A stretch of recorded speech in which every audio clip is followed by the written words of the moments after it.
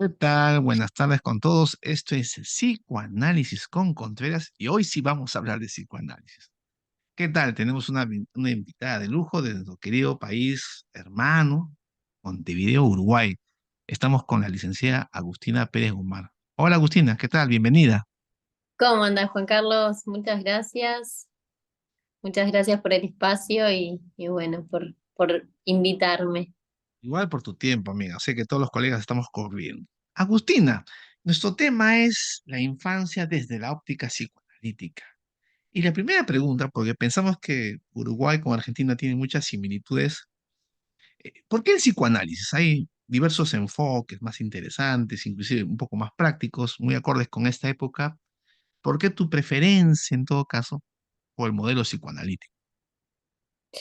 Bueno, mi carrera la hice en Uruguay, la carrera de grado la hice en Uruguay, en la Universidad de la República, y la universidad le da bastante importancia al psicoanálisis, la Universidad de la República, no así la Universidad Católica, por ejemplo, pero mi formación fue con una base bastante grande de psicoanálisis.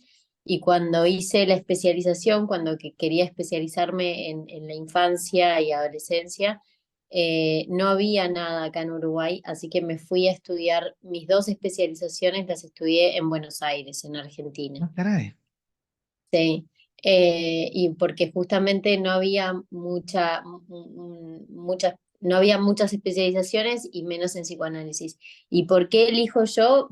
Porque me parece el psicoanálisis una teoría que va al fondo, que va a lo profundo. Justo el otro día, hoy me llamó de mañana un posible nuevo paciente por su adolescente, por una niña adolescente, una joven adolescente, y me decía, no me convence mucho el tema del psicoanálisis porque la idea que tengo del psicoanálisis es que requiere mucho tiempo. Y en realidad un poco lo que le decía es que eso es como un mito más social, porque hay veces que, obviamente que como son procesos y son procesos internos, requieren tiempo. No sabemos si muchos o pocos, pero requiere un tiempo específico que va a depender del proceso que cada paciente tenga. Y requiere un tiempo porque vamos un poco, yo le decía, a mí no me importa si en este caso tu hija come o no come, me importa el por qué dejó de comer, el ir al fondo de las cosas, de la situación, no quedarme con el síntoma. Y bueno, y elegí el psicoanálisis porque creo que es una de las teorías que aborda justamente eso, ir a la causa, no Agustina, esto quedarnos. toca un tema muy importante. Nuestro enfoque, porque yo soy también colega de misma orientación, no va acorde con la época. Entonces la demanda son tratamientos más breves, más cortos, inclusive más prácticos. Y hay infinidad de colegas que hacen ese tipo de trabajo que está en su legítimo derecho, por supuesto. En tu caso, Exacto. ¿cómo haces para manejar esta demanda actual de modelos más breves y más ajustados al deseo de cada paciente? A ver, creo que no todos los pacientes son para todos los psicólogos, ni todos los psicólogos son para Mm. todos los pacientes. Entonces yo soy una convencida de que llegan a mí y se quedan conmigo, o sea, haciendo un proceso, los que están preparados y los que tienen ganas de, no atiendo pacientes que no tienen ganas de ser atendidos por mí, por ejemplo. Entonces creo que hay personas para todo, por suerte hay profesionales para todo. Así es. Y creo que bueno, que los que se animan a abordar un proceso psicoterapéutico, psicoanalítico, van a llegar en el caso personal, creo que llegan como justamente a eso, al fondo a responderse, bueno, el porqué de las cosas y no solamente cambiar el síntoma. Mm. ¿Y cómo lo manejo? A ver, la ansiedad del mundo en el que vivimos la tenemos que calmar todos. Como psicóloga también a veces me vienen ansiedades, Ujú. los tiempos y a veces es también frustrante como psicoanalista entender que hay veces que lo que yo veo en este momento el paciente todavía no está preparado para verlo, el proceso son procesos más largos, sobre todo cuando se trata de niños, en donde durante el proceso el niño cambia y madura y se transforma también, no solamente por lo terapéutico, sino también por un tema evolutivo. Este, pero bueno, son todo variables que uno tiene que tener en cuenta cuando Mm. trabaja desde este lugar como psicoanalista. Rutina, justamente, ahora hablemos de tu especialidad, ¿no? Niños y adolescentes. En el caso de los niños, hasta donde yo sé, los niños no demandan un tratamiento, son traídos por los padres, obviamente. Entonces, en esa disyuntiva muy particular, ¿cómo se manejan las primeras entrevistas? Uno es lo que demanda la familia y otra Ujú. cosa es la problemática propia del niño, que no viene por su voluntad propia, y en segundo lugar no hay coincidencia entre lo que el niño tal vez le preocupa o la queja con la demanda de los padres. Y eso cualquier psicólogo infantil, desde el psicoanálisis o fuera del psicoanálisis, me puede dar la razón. Es un poco lo que enfrentamos, ¿no? Los que trabajamos con adolescentes, en mi caso. ¿Cómo lo manejas tú? Bueno, primero que nada, yo lo que siempre trabajo en mi forma de trabajar, primero cuando me llama un papá, una mamá, un adulto referente por algún niño, siempre intervengo primero con los adultos referentes, primero con quien consulta. Soy una convencida de que los niños traen síntomas a partir de situaciones familiares. Entonces, por más que yo después, más adelante, habilite un espacio para el niño, si yo no hago algún cambio familiar, es muy difícil o es mucho más difícil poder sostener no solamente el proceso, sino también los cambios que el chico pueda querer atravesar.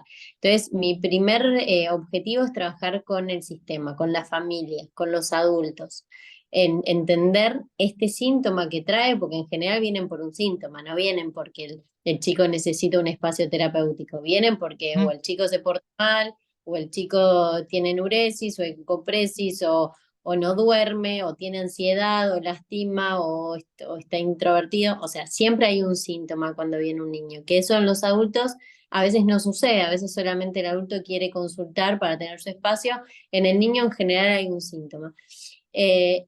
Entonces, primero, como te decía, trabajo con los papás, con los padres, con el entorno familiar, muchísimo. A veces es una sesión y a veces son 5 sesiones y a veces en el proceso que empiezo a trabajar con los padres, nos damos cuenta que en realidad el paciente no es el niño, el paciente es o la pareja o la familia, o entonces cuando me dicen, bueno, hay que construir al paciente, esto es un poco lo que yo digo, y a veces el motivo de consulta que trae esta familia no siempre es el verdadero motivo por el cual están ahí.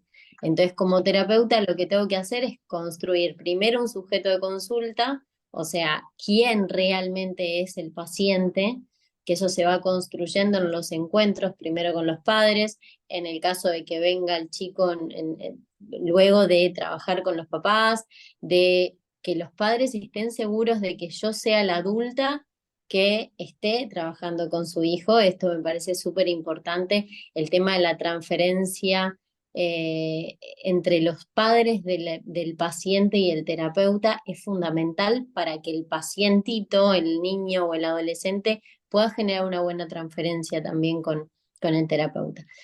Hay muchas veces que los padres no están convencidos, entonces el niño va a tener una transferencia media limitada o sesgada por esta visión de los padres. Entonces, yo necesito, como siempre digo, el trabajo, cuando trabajas con niños, trabajas con un sistema entero, con adultos, con padres, con instituciones educativas, con un montón de entornos que tenemos que tenerlos en cuenta como parte de los Así es. procesos. Entonces, cuando aparece el niño, cuando aparece el chico, ya aparece con una transferencia positiva en el caso de que los padres continúen y eso habilita también a que el niño se apropie de su lugar. Y ahí, bueno, los encuadres son muy importantes a la hora de trabajar con Mm. niños, encontrar de que, bueno, si el paciente es el niño, eh, yo le debo el secreto profesional al niño, le debo el respeto al niño. Cada vez que yo trabajo con los padres durante el proceso con el niño o el adolescente, yo primero se lo comparto al menor o al niño. Este, le abro la posibilidad, o sea, cuido muchísimo el encuadre, pero con este chico. Y a veces que ponerle límites a los padres genera como alguna duda, por eso es importante el trabajo Mm, previo. Realmente los padres confíen en el proceso que esté haciendo yo con su hijo. Eh, y bueno, básicamente es eso, ujú, como tú me bueno, si el niño no quiere venir o bueno, si bien la demanda generalmente no es del niño, ahora es mucho más habitual ver adolescentes, por ejemplo, que ellos piden ir a terapia. Esto por lo menos acá se da, que es fabuloso que ya empiece a qué bueno. naturalizar espacios terapéuticos para jóvenes. Pero los niños en general no, son traídos y aparte son traídos por algún síntoma que en general molesta, ¿no? Así Eh, es. pero, pero sí, en la primera entrevista con el niño le explico un poco de mi forma de trabajar y les digo siempre que nunca voy a atender a un niño que no quiera venir. Y eso le da una tranquilidad al niño, que es como, no, acá no vienen niños obligados por los padres, acá vienen niños que entienden, si bien no tan concretamente como un adulto, pero entienden el para qué vienen, que hay una adulta que quiere ayudarlos a algo, a ver algo o un espacio para ellos. Y en realidad te diría que casi todos quieren venir. Hay momentos, obviamente, que hay más resistencias porque se Mm. están trabajando algunos temas particulares y se trabaja como resistencia, se pone en palabra. Bueno, a mí me parece que tú justo no querés venir o justo estás cansado en la hora de consulta porque estamos tocando tal tema, porque me parece que te angustia tal otro. O sea, el poner en palabras y el trabajar las resistencias como parte también del proceso. Mm. Agustina, y en el caso de Montevideo, Uruguay, tú trabajas en la capital de tu país, ¿cuáles son los casos más frecuentes? ¿Hay una particularidad? Mira, en la infancia, en los niños, muchos llegan derivados, en general los síntomas los ven las instituciones educativas. O sea, Mm, como las demandas mayores vienen a partir de pedidos de los colegios o las escuelas, que bueno, se portan mal, o sea, el tema de la distracción, de las ansiedades, de la hiperactividad, de eso es como la mayor cantidad de la impulsividad, la rebeldía, todo lo que es más acción, ¿viste? Más de pasar al acto en los niños. Eso es uno de los motivos más frecuentes. Y bueno, después, hoy estoy notando mucho, por ejemplo, síntomas más obsesivos en niños mira. que bueno, que aparecen como rasgos de conducta un poco más obsesivos en la infancia, que también vienen derivados por eso. Mm. Son bastante más invisibles esos síntomas a los ojos de los adultos, porque no hacen tanto ruido, en general lo viven más internamente los niños y se manifiestan a veces con ansiedad. Ves a un niño como ansioso, pero no tan molesto, digamos. Pero bueno, sí, hay un montón. Y bueno, después cosas más concretas, por ejemplo, la separación de padres, y hay padres que no Mm. saben cómo manejarlo, o nacimiento de algún hermanito, o bueno, síntomas como más puntuales que obviamente, como decía hace un ratito, eso es el motivo de consulta, que después hay que ver qué hay atrás de cada uno de esos motivos. Agustina, y en tu caso llegarán, en mi caso vienen adolescentes con sus etiquetas, ¿no?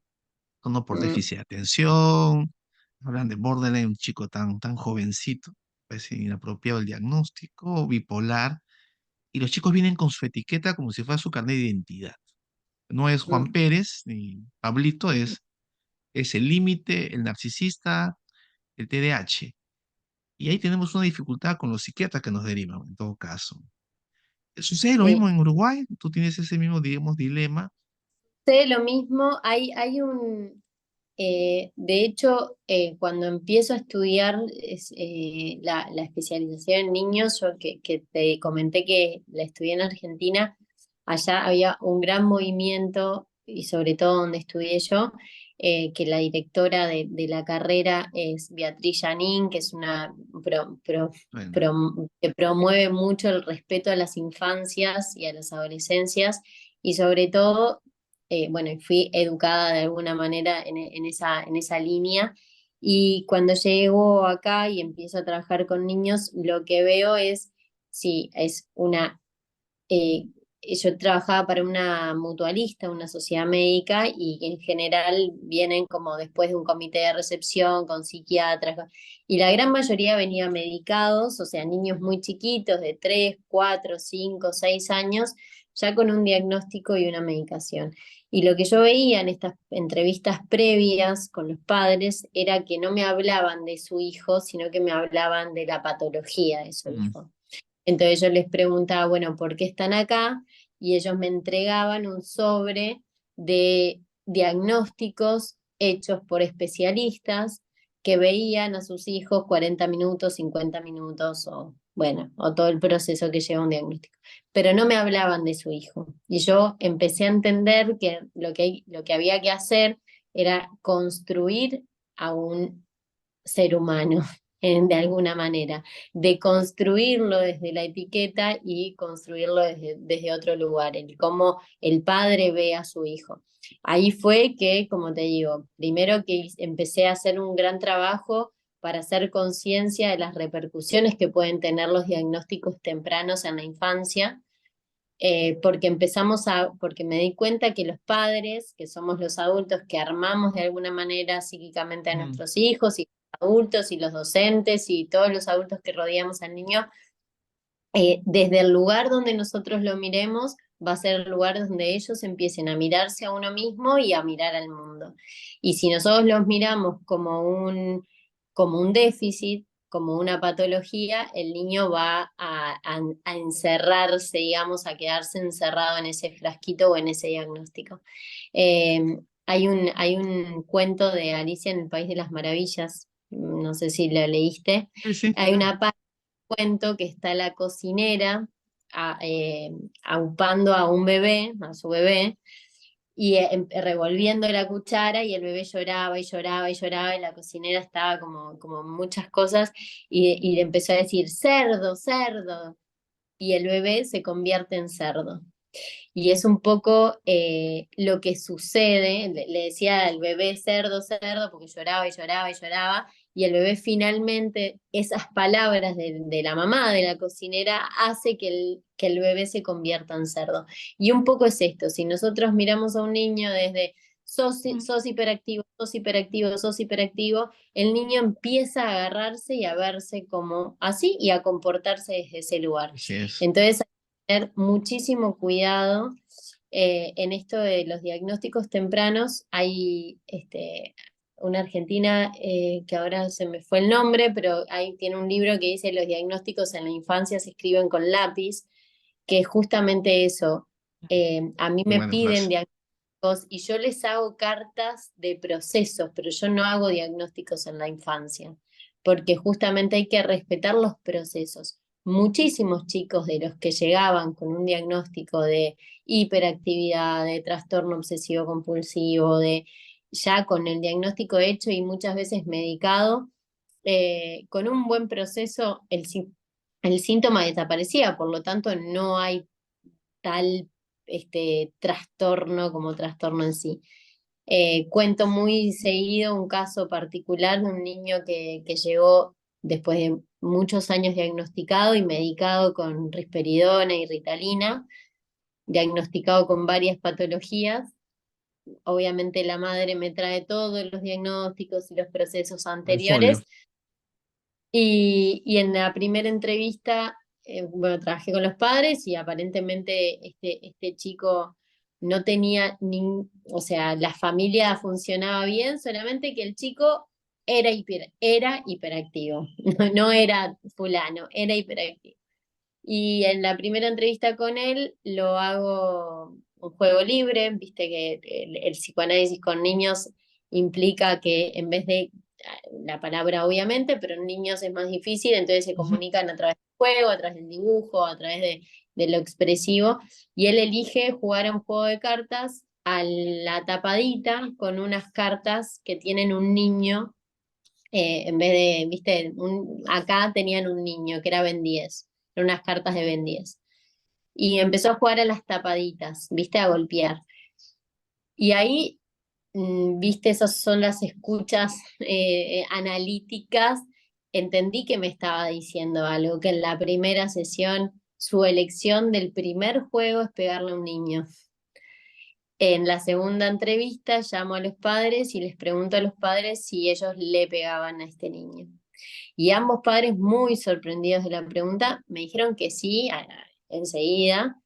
Tenía la violencia absolutamente naturalizada en esta familia, y evidentemente el chico lo que estaba manifestando con esta hiperactividad que realmente tenía, o sea, se distraía y estaba muy ansioso, era justamente, estaba siendo víctima de una violencia familiar que no se veía como violencia porque estaba naturalizada en el seno familiar.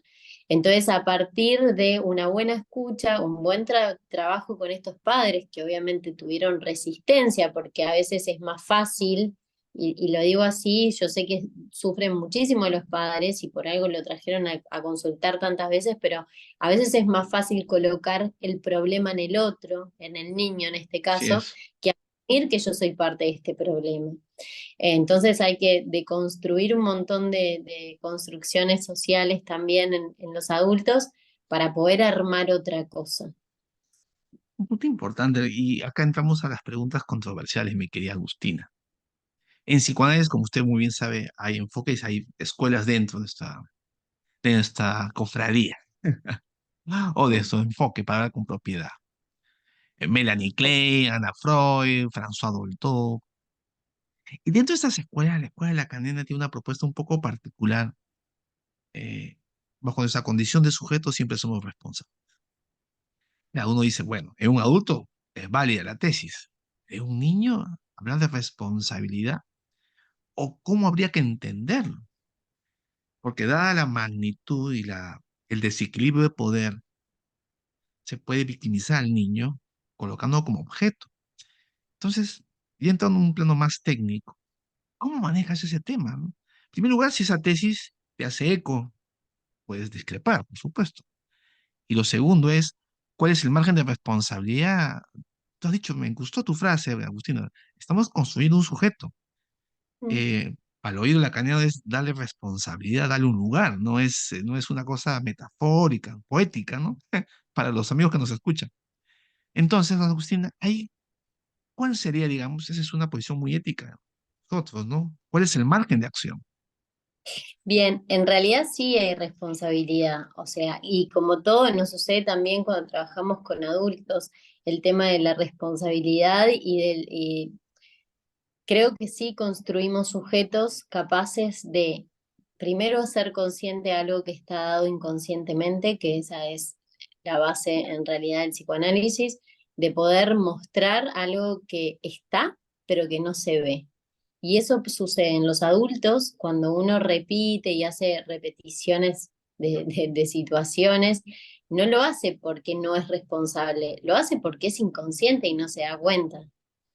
Con estos padres, por ejemplo, yo no los culpé como si fuesen victimarios, yo los ayudé a ver por qué lo estaban haciendo, qué parte de su inconsciente había, de su historia, de su proceso, de su crianza, de su naturalización de la violencia, de un montón de Ujú. cosas que hacían que estos papás pegaran a este chico. Eh, por lo menos es mi forma de trabajar. Yo no creo que haya gente mala, siempre digo lo mismo, creo que hay gente lastimada y lo que yo hago es trabajar con las heridas de estos papás, no para culparlos y dejar al niño como víctima, sino para responsabilizarlos a los padres y con esta responsabilidad darle la responsabilidad a los niños. También es, bueno, y con estos papás, ¿qué hago yo? Con esto que me pegaron. Si a mí no me gusta que me peguen, ¿por qué pego? No es, vuelvo a lo mismo, la palabra culpa me parece que está muy, no sé allá, pero en países católicos y la culpa es algo que cargamos, y que hay que separar de responsabilidad de culpa. Así Y es. creo que lo que hacemos en el psicoanálisis es darle la responsabilidad de qué hago con esto que ahora veo. Y pasan los adultos y obviamente a otro nivel y obviamente con adultos que cuidan y con un entorno que trabajamos para que también apoyen al chico o al joven, muchas veces, por ejemplo, en adolescentes o en niños un poco más grandes, en donde se ve alguna situación familiar, bueno, ¿y ahora qué hago? Porque no es esto de culpar al papá y todas las culpas son del papá, que eso es culpa. Ahora, ser responsable y decir, ahora entiendo de dónde viene, que esos son dos cosas bien diferentes. Entiendo que es, y que papá hizo lo que pudo con lo que también le tocó vivir, o Sí, mamá, o sea. Y ahí cuando hay entendimiento, yo creo que una de los motivos más grandes de reducir el sufrimiento es entender la situación. Cuando uno entiende la situación, de dónde viene, por qué me duele tanto, el dolor se reduce enormemente. No sé si estás de acuerdo, mirás así claro. como me. Lo que pasa es que me haces pensar, Agustina, porque, bueno, mi experiencia con niños, la transferencia, o sea, el vínculo, que, que todas las escuelas lo reconocen con distintos términos, ¿no? El vínculo es lo que sostiene un proceso, o sea, y es lo fundamental. Hasta ahí creo que vamos coincidiendo, sea psicoanálisis, terapia sistémica, en fin. Pero habría que entender qué vínculo particular uno establece con un niño. Aquí llamamos pues, transferencia con un niño. Simplemente lo reducimos a un tema de calidez, un clima favorable. Lo estamos simplificando demasiado. O le demos que entender el verdadero sentido psicoanálisis. O sea, yo quería ahí un poco precisar contigo, Agustina, cómo habría que entender la transferencia y cómo sea en la práctica cotidiana con tus pacientes infantiles, niños.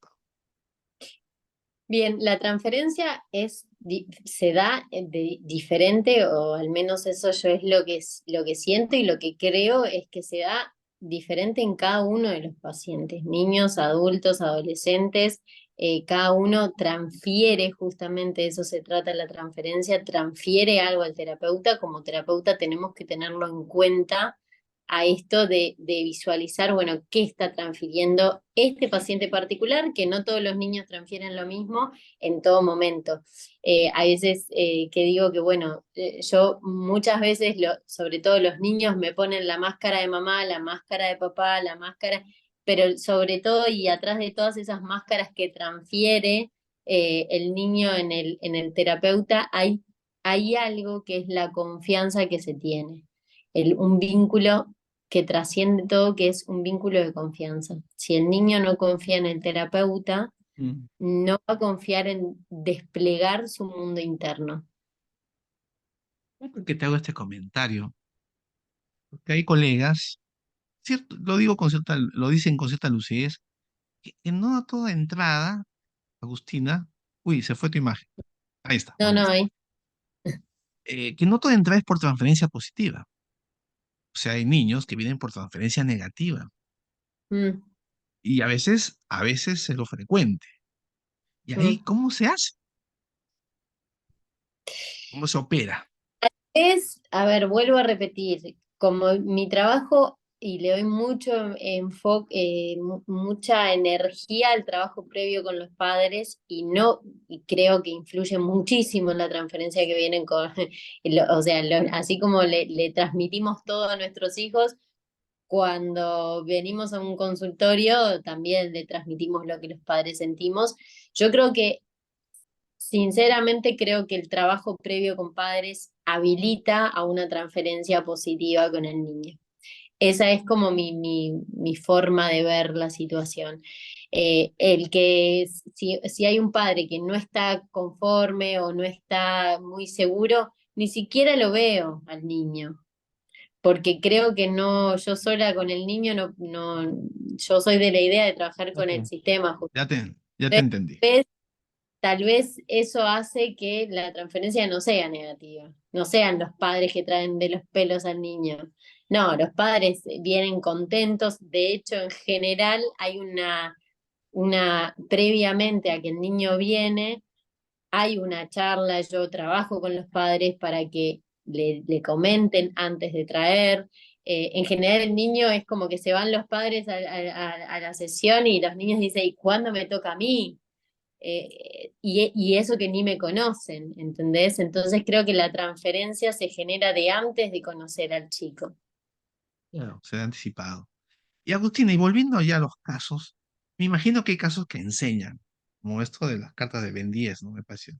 ¿Cuál es el Mm, caso más difícil que te haya tocado? Porque fíjate, los 5 casos de Freud, te lo sabe mejor que mm, nadie, por la formación, mm, mm, son 5 casos fallidos. Pata, los mm, lobos, Sharever, en fin. Freud mm. aprendió más del fracaso que del éxito. Y creo eso nos pasa también a nosotros. Casos difíciles son aleccionadores por excelencia. Y en tu caso, ¿te acordabas de uno que ha sido un néctar de aprendizaje? Sí, a ver, creo que de verdad todos los casos me enseñan muchísimo y agradezco, en esta profesión tenemos que estar ayornados todo el tiempo porque es así. Post pandemia pasó que la teoría que teníamos hasta este momento era Ujú. muy linda y funcionaba y después de la pandemia, no sé si allá pasó lo mismo, pero acá todo cambió y yo hablaba con unos colegas de Argentina, tenemos que empezar a hacer teoría. Lo que nos servía hace un tiempo, hoy no nos sirve más y tenemos que ser nosotros los psicoanalistas de ahora o los psicólogos de ahora que de empezar a hacer teoría de qué sucede con estas adolescencias, con estas infancias, con estos psiquismos, con esta realidad de hoy, después de una incertidumbre gigante como la que vivimos. Todos los casos me dejan muchísimo. Creo que los que más recuerdo tal vez son los primeros, los que como que me abrieron, me enseñaron de alguna manera a ser psicóloga. Hoy, después de muchos años de trabajar en clínica, más o menos vos ves las características de los padres del niño y más estamos, es como en la cancha estamos más cómodos, eso es una realidad.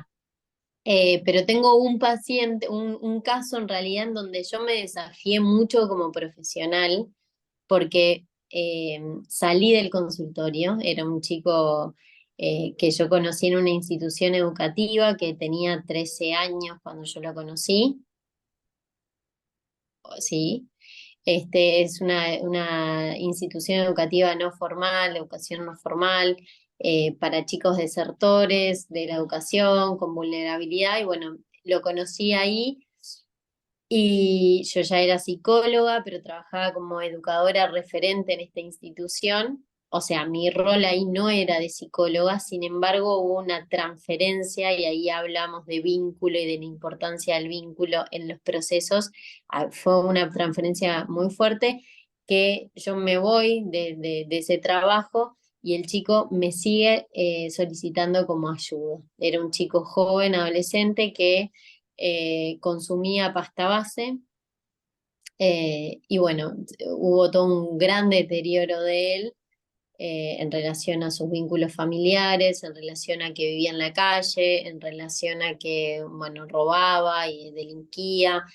Hubo un montón de situaciones que durante esos años se fueron incrementando y yo sentí, y esas cosas que decís, bueno, va más allá de mi tarea en alguna institución o lo que sea, es el amor que uno tiene por la profesión y cuando uno ama la profesión, ama al otro también. Yo hablo de que tenemos que hablar más los psicólogos del amor que le tenemos a nuestro amor en el lindo sentido de la palabra, que le tenemos a nuestros pacientes porque realmente queremos que estén bien. O sea, un buen terapeuta quiere de verdad hacer lo imposible para ayudar al paciente. Y bueno, y este paciente creo que me enseñó porque me permití ir más allá del consultorio, trabajaba en la calle con él, o sea, trabajé mucho obviamente supervisada y ayudada con varios psicoanalistas de Argentina, sobre todo, que eran más abiertos. Acá tal vez no entendía mucho qué hacía yo trabajando de forma honoraria con un joven, Dale. y de la forma que trabajaba. Encuadré con este chico de que en lugar de encerrarlo en el consultorio, o sea, todo tenía un porqué, ¿no? Yo no consideraba que si yo lo sacaba de la calle, lo sacaba de su único lugar de referencia. Entonces, eh, fui a la calle. Trabajaba, nos encontrábamos en una parada de ómnibus. El encuadre era: no podía ir drogado, no podía lastimarme, y bueno, básicamente eso.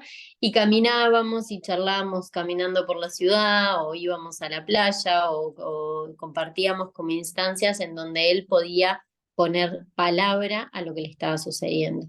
Yo entendí que cuando él dejaba de consumir, aparecía la palabra, aunque sea por ratitos cortos. Entonces, en una de las, obviamente, tuvimos procesos en donde lo acompañé a instituciones para internarse, para recuperarse de su adicción. O sea, no fue que trabajé sola, sino que traté de armar una red social con lo poco que tenía de familia, y bueno, y con las instituciones, del Estado que hay para este tipo de casos, de situaciones. Y en las internaciones, ahí aparecía como bastante la palabra, entonces le regalé un cuaderno. Él me dijo, jorobando, porque sabía que me gustaba escribir: ay, vos tenés que escribir un libro sobre mí, me dijo. Y entonces se me ocurrió y dije: ¿sabes qué? Esa historia, tu historia, es algo que te pertenece a ti, porque él robaba. Le digo: eso sí te pertenece a ti, así que escribíla tú, escribí tu historia de vida. Entonces le regalé un cuaderno, y entonces en cada internación él ponía en palabras y empezó a armar su historia de vida. Arrancaba las hojas porque en los hospitales se las leían, entonces en las visitas, obviamente con hubo una historia de ese, ¿no? Es larguísima la historia. En las internaciones a mí no entendían cómo yo trabajaba honorariamente y sin una institución que me amparara, entonces no me dejaban entrar como profesional, tenía que entrar como visitante en algunos casos, y en otros ni siquiera me dejaban entrar. Bueno, pero él arrancaba las hojas y yo las empecé a recopilar a lo largo de los años o del tiempo. Y un día se la pasé toda a máquina, se la imprimí, tenía dibujos y qué sé yo, le fotocopié los dibujos y le hice el libro. Y le devolví, le digo: esta es tu historia de vida. Y un poco trabajé eso de qué hay atrás del chico que consume pasta base, del chico que roba, del chico, o sea, hay una historia. Cada uno de nosotros tenemos una historia que hace que nosotros lleguemos a donde lleguemos. Y bueno, se lo devolví, y creo que fue un trabajo, realmente muy enriquecedor en todos los sentidos, y sobre todo, como decías tú, de Freud, de los casos de Freud, porque en un momento, bueno, sucedió que se murió la abuela, que era con quien yo había armado mucha alianza, porque Y entendía, hace yo a la trabajo. abuela, lo que le dije a la abuela es: lo que tenemos que hacer es reconstruir un psiquismo. O sea, él había sido un chico de privado, digamos, un chico que tuvo en algún momento de su vida amor, y que la vida se la sacó por X razón y por toda una historia que tuvo. Entonces lo que hace es atacar al mundo. Lo que tenemos que hacer es ser suficientemente fuertes, y eso es lo que me probó todo el tiempo, porque son jóvenes totalmente desafiantes, en donde me puso a prueba en absolutamente todas las instancias. Y lo que le decía a la escuela, y lo que me basé, mi proceso terapéutico basó en eso, en ser suficientemente fuerte, en demostrarle: yo contigo puedo.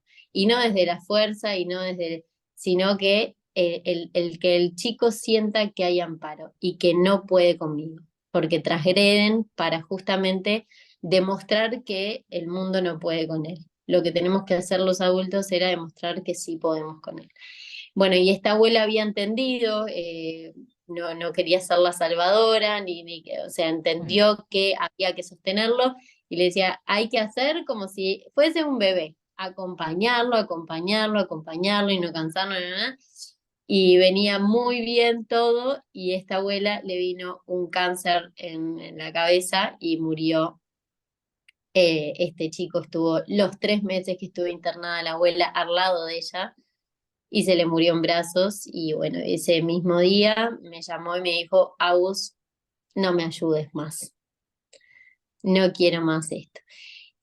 Y ahí aprendí muchísimo del proceso, aprendí muchísimo de teoría, aprendí muchísimo de cómo si realmente ayudamos desde el lugar que sea, podemos hacer, el psicoanálisis trasciende el Así consultorio, es. trasciende encuadres, trasciende un montón de cosas, pero lo que no trasciende es el deseo del paciente de ser ayudado.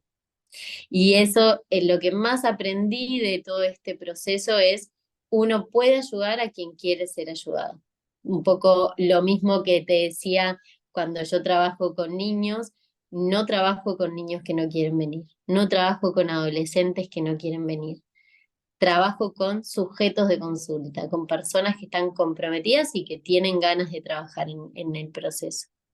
Y Agustina, aprovechando la oportunidad y sobre todo tu modestia, la gente no lo sabe, Agustina edita, elabora, es autora de cuentos para niños. Y esa faceta me parece interesante. Sabes que Gabriel Rolón, que es bien escuchado acá en Lima, Perú, este psicoanalista con una facilidad de transmisión, él decía, dudo del psicoanalista que no tiene una faceta artística. Lo dice enfáticamente, que cante, que toque guitarra, algo que no tenga que ver con su oficio, porque somos una profesión de sensibilidad única. Y estoy Sí, inmediatamente de acuerdo. No sé si compartes esa comparto opinión. artistas.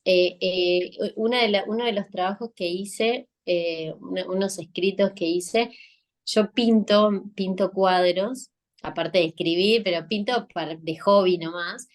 Y yo me doy cuenta, pinto abstracto, de hecho los cuadros que tengo colgados en mi casa los pinto yo, y yo me doy cuenta cuando un cuadro está terminado. Y es un cuadro que en realidad no es un barquito, no tiene forma, pero ¿viste cuando Mm. pintás sin saber a dónde vas a llegar y cuando llegás te das cuenta que llegaste? Bueno, yo comparo la pintura con el trabajo como terapeuta y es un arte, o sea, no sé, hay otras corrientes que saben que van a preguntar.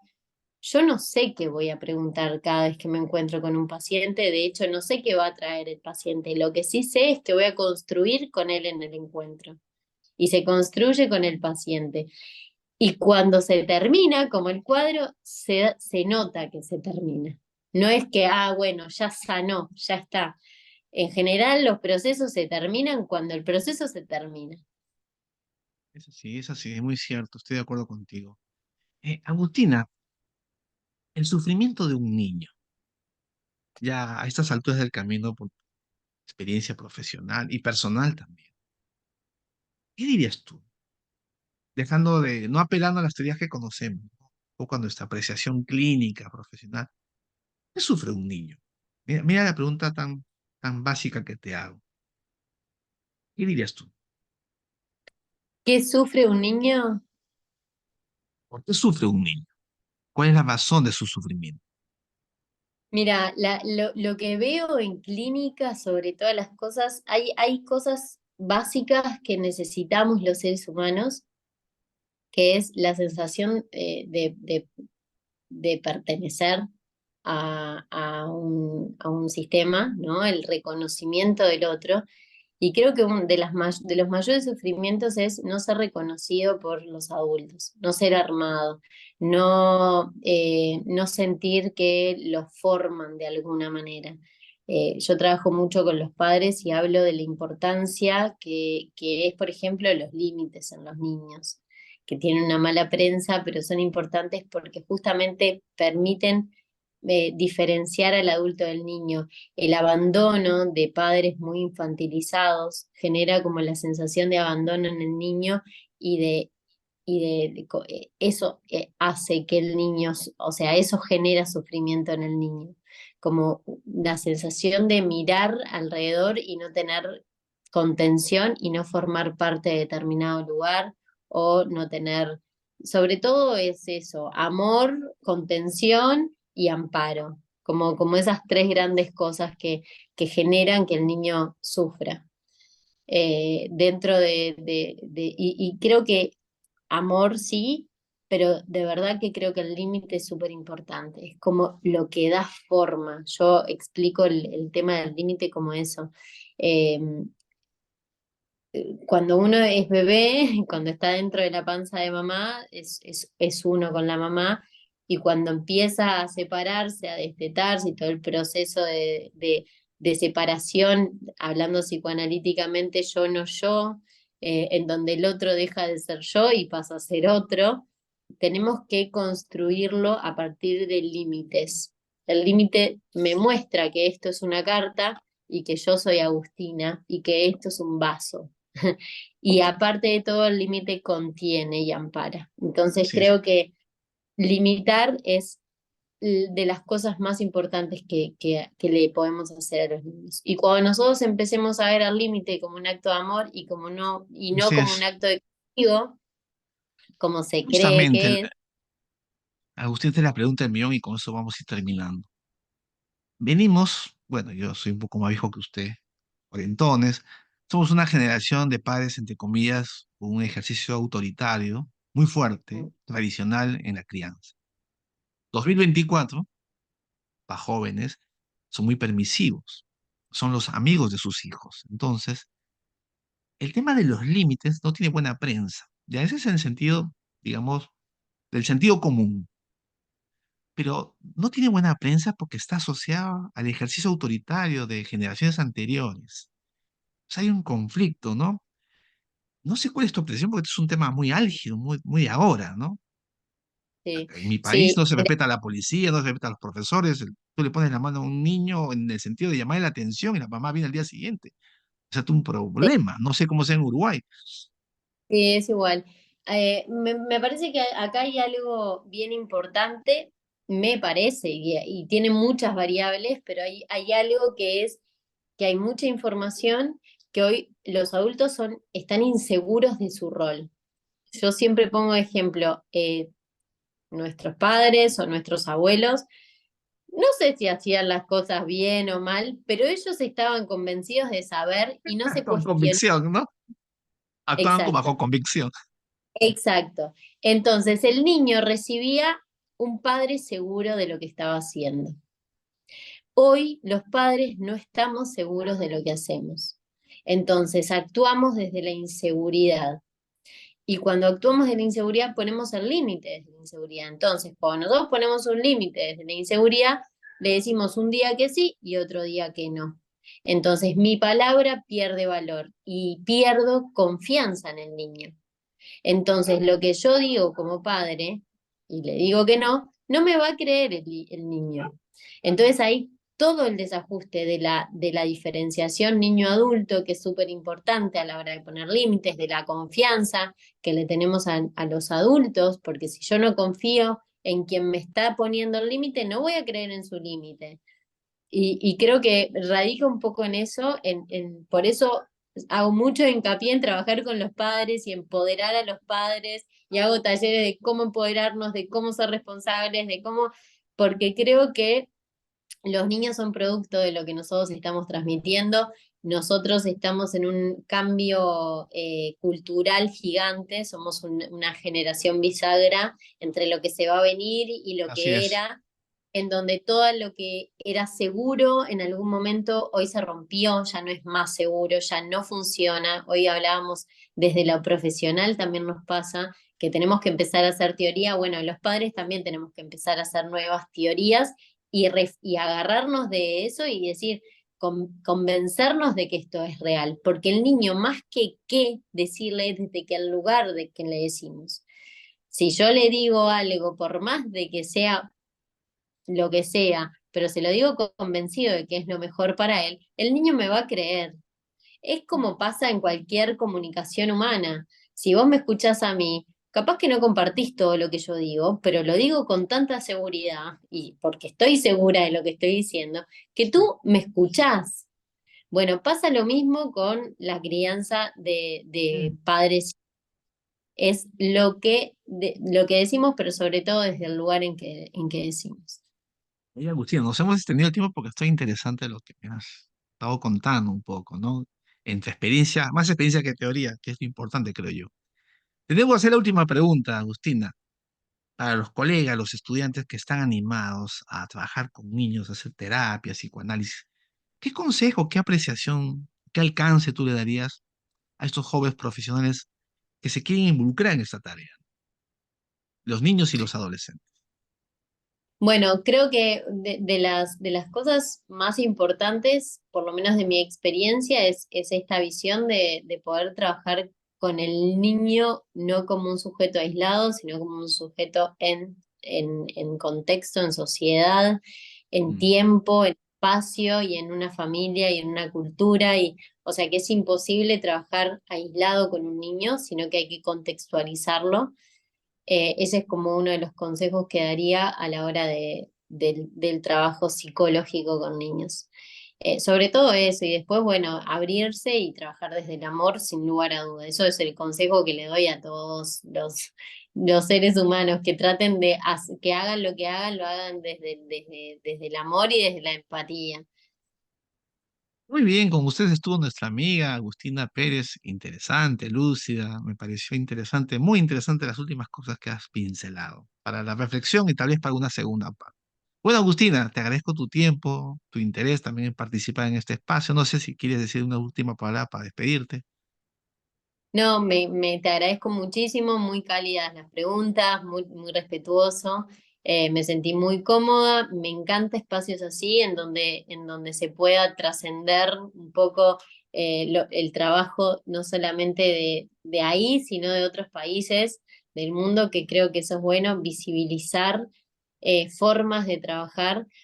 Yo jorobo siempre de que hace unos años, y de hecho antes de la pandemia, iba a congresos. Todos los años me presentaba algún trabajo en algún congreso en Argentina y yo escuchaba de los trabajos súper interesantes, pero eran trabajos que hacíamos psicólogos y se los mostrábamos a otros psicólogos. Y siempre me quedaba como esa sensación de decir, esto se lo tenemos que mostrar al mundo, a la A gente. la gente.